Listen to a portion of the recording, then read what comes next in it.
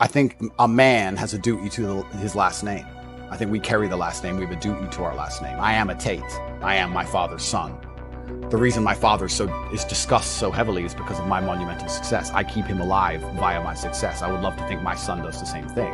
They will talk about my son in a way where they're so interested in his life path that I must be discussed by extension, and then I live forever. So I have a duty to Tate. I have a duty to my last name. I must perform. And even as a man today, you're waking up, you want to load up a porn website. You should have respect for your last name. You should sit and say, is this who I am? Is this what I do?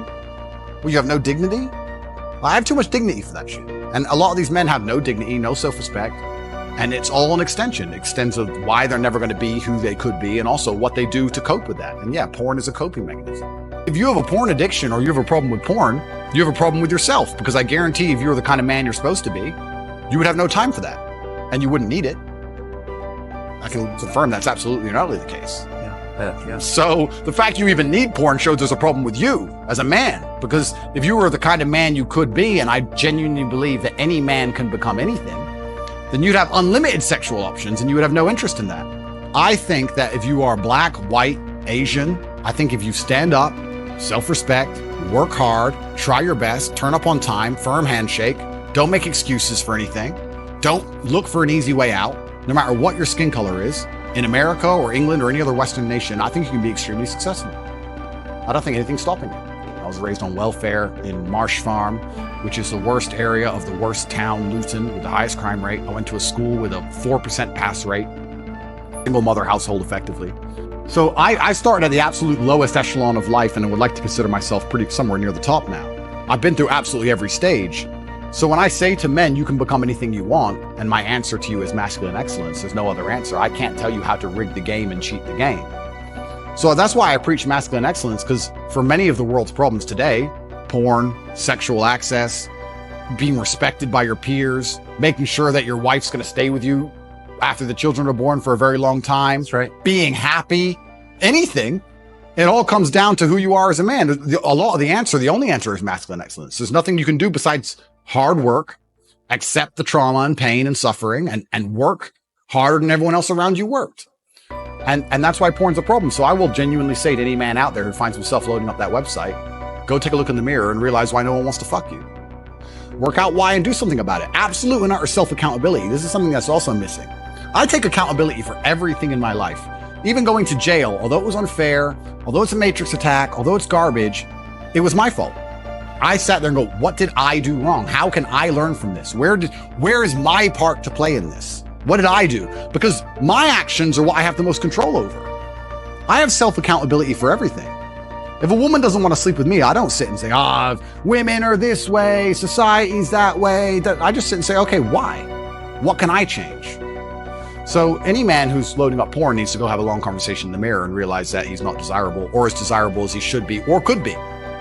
Women are a fantastic side effect to unlimited success. It's very difficult to do everything right all the time in all realms and be extremely successful in all the realms a man should be successful and then still end up lonely. I think that's almost impossible, I would argue. Yeah.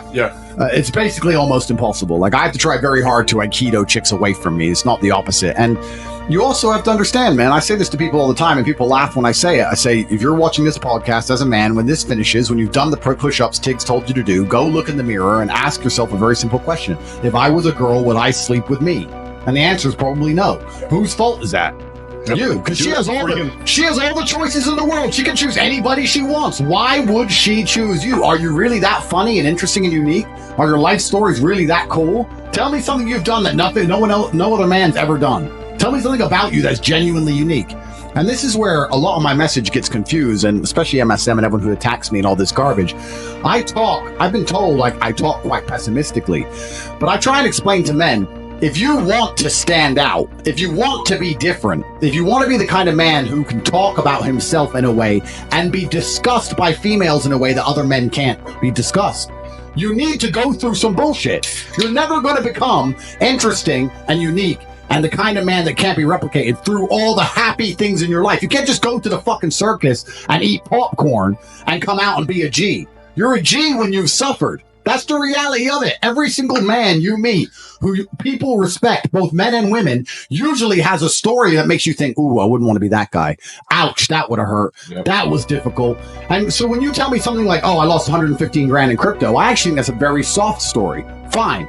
But what have you at least learned from that? Can you at least tell the story in a compendious and interesting way? Can you even sit down and tell somebody that story in a way which is engaging enough for them to listen to you? Do you at least have a joke out of it? Most men can't even tell a story in a funny way, bro. Something will happen to them. They can't even repeat it in a way they don't want to listen to. What was the point of losing your money if you can't even tell anybody around the fucking table with some drinks and be fun about it? So what's the lessons here? You're boring. You can't talk. You're a dork. Those are the first 3 lessons you need to fix. Next is, why is that all the money you got? You're broke. How did it happen? You're stupid.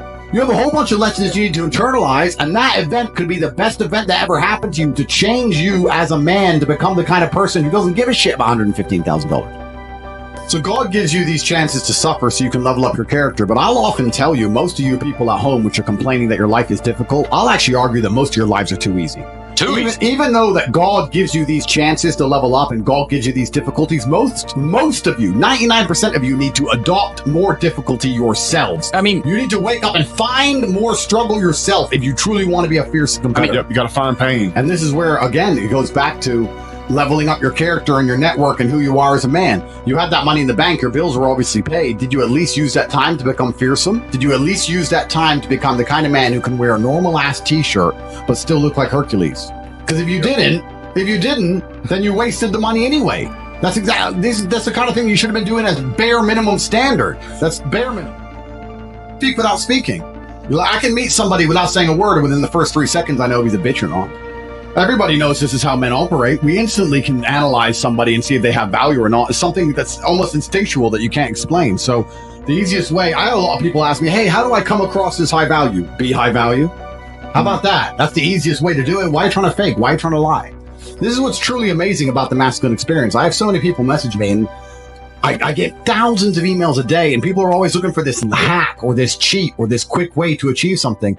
You have to just become the man. There's no other way to really do a lot of things. But I guarantee your dad doesn't even know me, but I guarantee if I were to speak to him for 10 minutes, because of the way I would articulate myself, because of the way I would express my opinion, because of who I am, because of my physicality, because of the car I turn up in, he'd probably be more likely to listen to me than you, his own son. Why?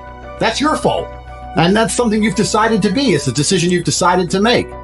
And this is what I don't understand. I truly don't understand how most men don't wake up and think, shit, I'm not good enough.